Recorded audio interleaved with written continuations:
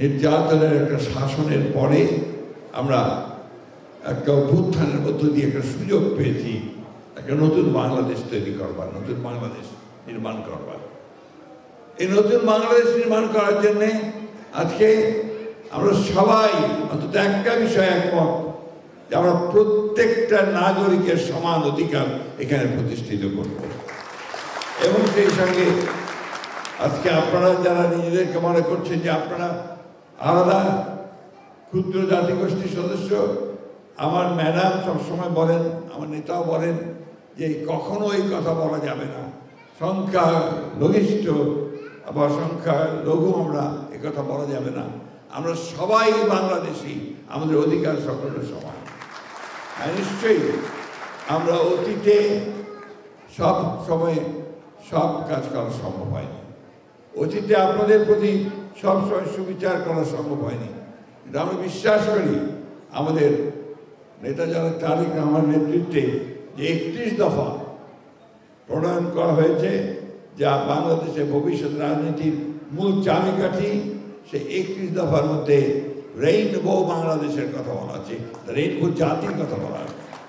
সেই রেইনবো জাতিতে আপনাদের সকলকে নিয়ে আমরা সত্যিকার অর্থেই একটা রেইনবো স্টেট আমরা তৈরি করতে চাই, একটা জাতি তৈরি করতে চাই, সেটাই হচ্ছে আমাদের লক্ষ্য। আজকে দুঃখের সঙ্গে বলতে হয় যে একটা চক্রান্ত চলছে, বাংলাদেশের ভবিষ্যতে যে নির্বাচন হওয়ার কথা, সেই নির্বাচনকে বানচাল করে দেওয়ার জন্য একটা গোষ্ঠীর চেষ্টা করছে।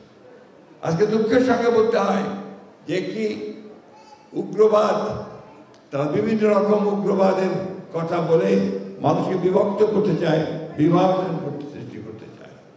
আজকে আমাদের সকলের দায়িত্ব হবে একসাথে, ঠিক 71 সালে যেমন আমরা সবাই হিন্দু, মুসলমান, বৌদ্ধ, খ্রিস্টান, আমরা ক্ষুদ্র জাতি বা বড় জাতি একসাথে বসে লড়াই করেছিলাম আমাদের একটা ভূখণ্ডের জন্যে, স্বাধীনতার জন্যে, সার্বভৌমত্বের জন্যে, আমাদের অধিকার প্রতিষ্ঠা করার জন্যে। সেইভাবে আমরা আমাদের অধিকার রক্ষা করার জন্য, আমাদের সেই যে লক্ষ্য ছিল একটা স্বাধীন বাংলাদেশ করার জন্য, মুক্ত বাংলাদেশ করার জন্য, সেই লক্ষ্যে আমরা কাজ করব। আমাদের বিশ্বাস আছে যে আমাদের নেতা জনাব তারেক রহমান সাহেব, উনি এখন পর্যন্ত যে কথা আমাদের সামনে বলেছেন, যে কাজ তিনি করেছেন, তাতে আমি সকল জাতিকে ঐক্যবদ্ধ করে, জাতির সকলকে ঐক্যবদ্ধ করে আমরা সেই লক্ষ্যে এগিয়ে যেতে পারব।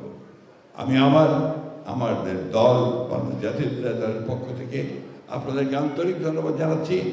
আমরা অনেক দূর দূরান্ত থেকে অনেক কষ্ট করে প্রায় সকাল থেকে এখানে বসে আছেন আমাদের নেতার বক্তব্য শোনার জন্য। তার উদ্দেশ্য একটাই, আপনারা স্বপ্ন দেখছেন যে তারেক রহমানের নেতৃত্বে নতুন এক বাংলাদেশ গড়ে উঠবে, যে বাংলাদেশে আপনাদের সকল অধিকার প্রতিষ্ঠিত হবে।